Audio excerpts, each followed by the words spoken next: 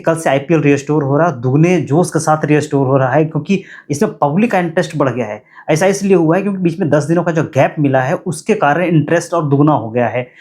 कल जो है मुकाबला केकेआर और आरसीबी के बीच में बेंगलुरु में खेला जाना है, दोनों टीमें तैयार है। ऐसा लग रहा था कि जो विदेशी खिलाड़ी हैं, जो ओवरसीज़ खिलाड़ी हैं, वो टीमों को जॉइन करेंगे कि नहीं करेंगे, लेकिन ऐसा कुछ नहीं है। लगभग खिलाड़ी वापस लौट चुके हैं। हाँ, कुछ खिलाड़ियों के लिए अभी भी वो कंसर्निंग है कि लौटेंगे कि नहीं लौटेंगे। कुछ खिलाड़ियों ने अपना प्रमाण दे दिया है कि नहीं, हम नहीं लौटेंगे। लेकिन हाँ, जो कल मुकाबला होगा आरसीबी और केकेआर के बीच में, लगभग फुल फ्लेजर मुकाबला होगा। दोनों टीमों के पास लगभग जो खिलाड़ी खेल रहे थे, वो लगभग खिलाड़ी पहुँच चुके हैं। कुछ खिलाड़ियों पे अभी भी संशय बना हुआ है, जिसमें जैकब बेथल हैं और जोश हेज़लवुड हैं। लेकिन जोश हेज़लवुड के बारे में खबरें आ रही हैं कि नहीं, जोश हेज़लवुड अब इंडिया पहुँच चुके हैं। तो कल हो सकता है कि जोश हेज़लवुड खेलते हुए दिखें।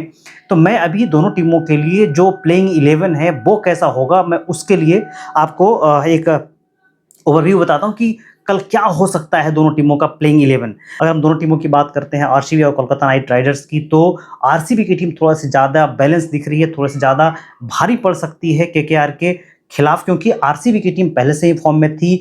पॉइंट टेबल में ऑलरेडी वो दूसरे स्थान पर बनी हुई है 16 अंकों के साथ। लेकिन केकेआर की टीम थोड़े से ऑफ कलर दिख रही है, उतने अच्छे फॉर्म में नहीं है खिलाड़ी इनके। तो एक एक करके मैं इस पर चर्चा करूंगा कि कौन कौन से खिलाड़ी अभी प्लेइंग 11 में हो सकते हैं। तो अगर हम आरसीबी की बात करते हैं तो आरसीबी के विराट कोहली होंगे, फिल सॉल्ट होंगे, दोनों ओपनिंग करेंगे क्योंकि फिल सॉल्ट आ चुके हैं तो बिल्कुल ओपनिंग करेंगे फिल सॉल्ट। उसी प्रकार से अगर हम केकेआर की बात करें तो सुनील नरेन होंगे, उनके साथ रमनुल्लाह गुरबाज होंगे कि नहीं होंगे। क्विंटन डिकॉक पे बातें चल रही है कि हो सकता है कि क्विंटन डिकॉक को ओपनिंग करा दिया जाए। ये कल देखने को मिलेगा कि क्या हो सकता है, क्योंकि 10 दिनों का जो गैप मिला है, हो सकता है कि क्विंटन डिकॉक अब पहले से रिकवर कर गए होंगे, क्योंकि फॉर्म नहीं था उनका, इसलिए उनके जगह पे रमनुल्लाह गुरबाज को ओपनिंग कराया जा रहा था। तो और तीसरे नंबर की हम बात करते हैं, थर्ड नंबर पे, तो आरसीबी की तरफ से मयंक अग्रवाल खेलते हुए दिखेंगे आपको, क्योंकि देवदत्त पड्डीकल इंजरी के कारण बाहर हो चुके हैं। वहीं केकेआर की तरफ से तीसरे नंबर पर खुद कप्तान आते हैं अजिंक्य रहाणे। अजिंक्य रहाणे जबरदस्त फॉर्म में हैं, देखते हैं कि वो कैसा कल प्रदर्शन उनका रहता है। उसके बाद चौथे नंबर पे आरसीबी की तरफ से रजत पाटीदार। रजत पाटीदार चूंकि वापसी कर रहे हैं, उनके अंगूठे में चोट लगी थी, उसके बाद वो 10 दिनों का रेस्ट उनको मिला था, और 10 दिनों के बीच में जिस प्रकार से आपने देखा कि आईपीएल बैन रहा, वो रिकवर भी कर गए, तो कल उनकी वापसी होगी रजत पाटीदार की। तो कल रजत पाटीदार आपको खेलते हुए दिख जाएंगे। उसी प्रकार से चौथे नंबर पे अंकुश रघुवंशी देखेंगे। अंकुश रघुवंशी जबरदस्त प्लेयर है, हो सकता है कि उनका चयन इंडियन टीम में भी आगे हो सकता है। उसके बाद पांचवें नंबर पर जितेश शर्मा आपको दिखेंगे, बिल्कुल जितेश शर्मा आपको दिख जाएंगे। अब पांचवें नंबर पे केकेआर की तरफ से वेंकटेश अय्यर आपको खेलते हुए दिखेंगे। छठे नंबर पे टिम डेविड, लंबा फिनिशर है, बंदा बहुत लंबे लंबे छक्के मारता है, जैसा कि वो आ चुका है इंडिया में, खेल रहा है, आकर के प्रैक्टिस कर रहा है।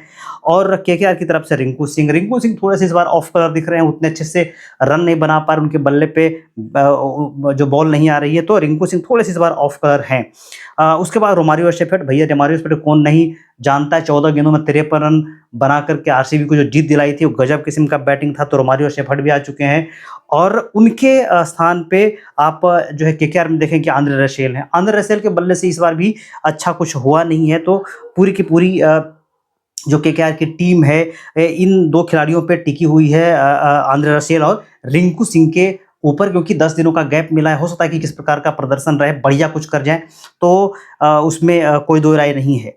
उसके बाद आप देखिए कि जो 7वें नंबर पे हैं कुणाल पांड्या आएंगे आरसीबी की तरफ से। कुणाल पांड्या का एक पारी बहुत बढ़िया रहा था। उस प्रकार से आप देखिए केकेआर की तरफ से रमनदीप सिंह आएंगे, भुवनेश्वर कुमार उसके बाद होंगे, स्पेंसर जॉनसन केकेआर की तरफ से होंगे।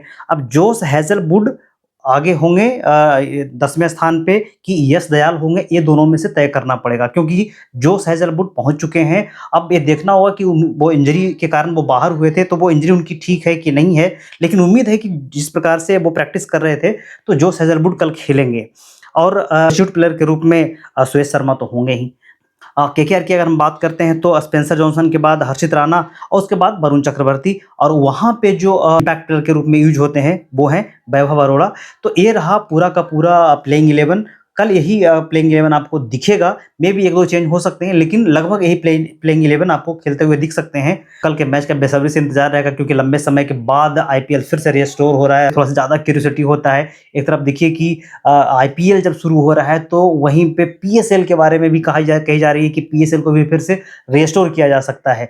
लेकिन अब होता है कि नहीं होता, वो तो पाकिस्तान वाले जाने। लेकिन फिलहाल तो आईपीएल रिस्टोर हो रहा है, कल से शुरू हो रहा है। इस पे आप क्या सोचते हैं? अपना कमेंट बॉक्स में जरूर लिखिएगा।